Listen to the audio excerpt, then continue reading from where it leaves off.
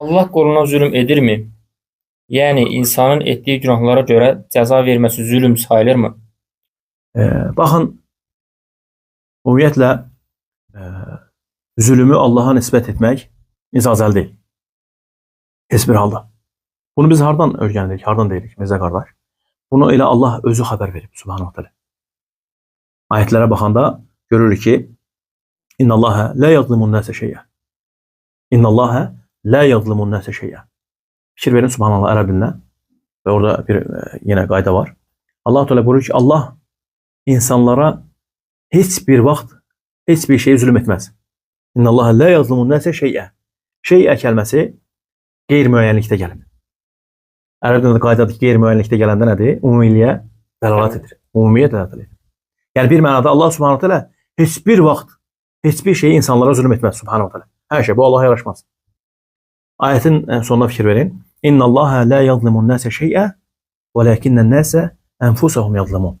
Lakin insanlar özləri özlərinə zülm edirlər. Fikrimi çatdıra bildim? İnsanlar özləri özlərinə zülm edirlər. Qaldı ki, bizim etdiklərimiz günahlara görə onlanlar bu zülm kimi görsənə bilər? Yox. Zülm kimi yox. Belə deyək də, biz kitabı açırıq, Quran-ı Kərimi. Quran-ı Kərimdə əmrlər və qadağalar var. Allah Subhanahu taala buyurub ki, bu cür etsəniz sizin üçün xeyirdir. Bu cür etsəniz sizin üçün ziyandır.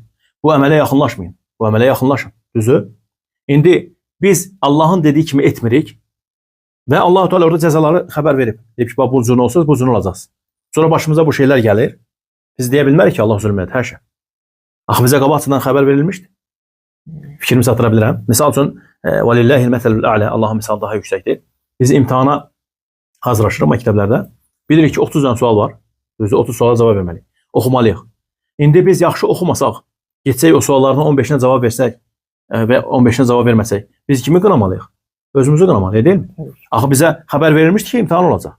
İmtahan olacaq, bu 30 dənə sual gələcək. Və bu kitabdan bir kitab var. Misal üçün, deyək ki, riyaziyyat kitabından, ədəbiyyat kitabından, misal üçün, fizikadan, kimyadan, hansısa bir kitab.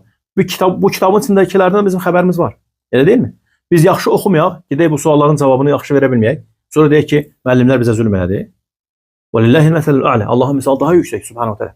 Axı Allah bizə kitabında xəbər verib ki, Mirzə qardaş, xəbər verib axı, bax bunu bu cür eləyin, bunu bu cür eləyin, bunu bu cür eləyin. Biz etməyəndən sonra başımıza bu şeylər gəlirsə, deməli biz kimi qınamalıyıq? Özümüzü. Baxın dediyimiz kimi, Uca Rabbimiz Qudüs'ə buyurur ki, ey qullarım nədir? Mən özümə zülm etməyi haram etmişəm. Yəni özümə zülm etməyi haram etmişəm. Və sizə də haram edirəm. Bir-birinizə zülm etməyin. Hətta Allah subhanahu teala razı deyil ki, nədir? İnsanlar bir-birlərinə zülm etsin öz aralarında. Nəinki Allah qorusun Allaha qarşı.